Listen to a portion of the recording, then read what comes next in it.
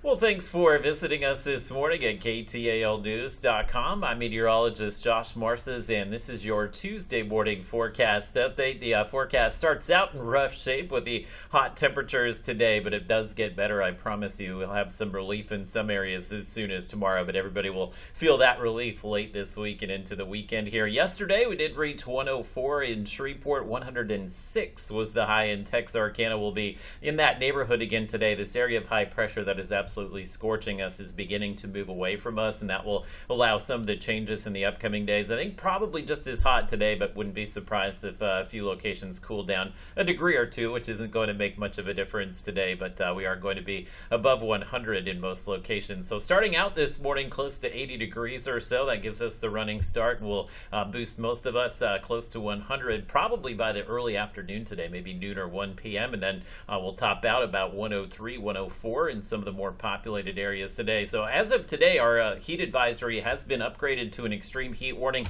Anytime the heat index gets over 110, you take the temperatures at about 102 this afternoon, 103. You tack on about 10 degrees is the high humidity. We have very tropical air out there, and that gives us the heat index, which will be above 110. So again, very dangerous to be working hard outside today. So make sure you're taking a lot of breaks in the air conditioning and stay hydrated. Be hydrated before you go outside, and continue to drink plenty of water today, and just take as many breaks as possible, as you can get heat-related illness very quickly in these kind of temperatures. There's a look at the heat index. Yesterday, the number was above 110 in a lot of areas, and we're showing that again today, which is why most areas have been upgraded to that extreme heat warning. And as far as the rainfall, not looking great for us today, but this area of high pressure, it is beginning to move from basically Texas here back towards Colorado, so that will open the door for this front that's to the north of us to eventually dip down across the plains here and move into the ArkLaTex tomorrow. So that will bring a higher chance of some scattered storms tomorrow. That said, I can't rule out maybe just a 20% chance of a stray or spotty shower this afternoon.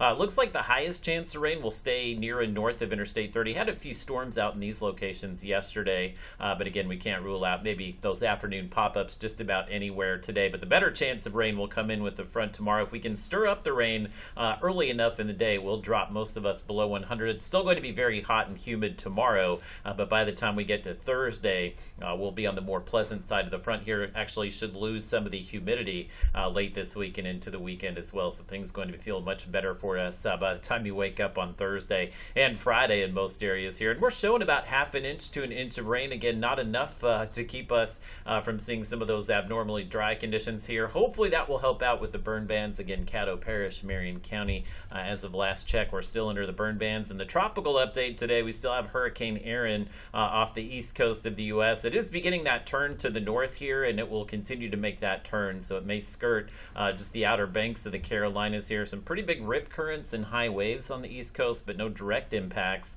due to Hurricane Erin here. And I did want to show you that behind Erin, we have a bit of a traffic jam. There's another wave that's developing here. That's the orange area that has the medium chance of development, and yet another wave coming in off the coast of Africa. So these two systems here have a better chance of riding what we call the tropical ridge that sets up here in the Atlantic Ocean. Once that strong ridge redevelops this week, may allow some of these storms to push towards the Gulf at some point next week. So that's definitely something to keep an eye on for us. Nothing that would pose any kind of danger, at least in the short term here, but something we'll be keeping an eye on next week. And speaking of next week, we'll again have more pleasant temperatures late this week and into the weekend. Starts out in the mid-90s next Monday, but there's another front coming in, so there's a decent chance we'll see highs in the upper 80s, low 90s for much of next week.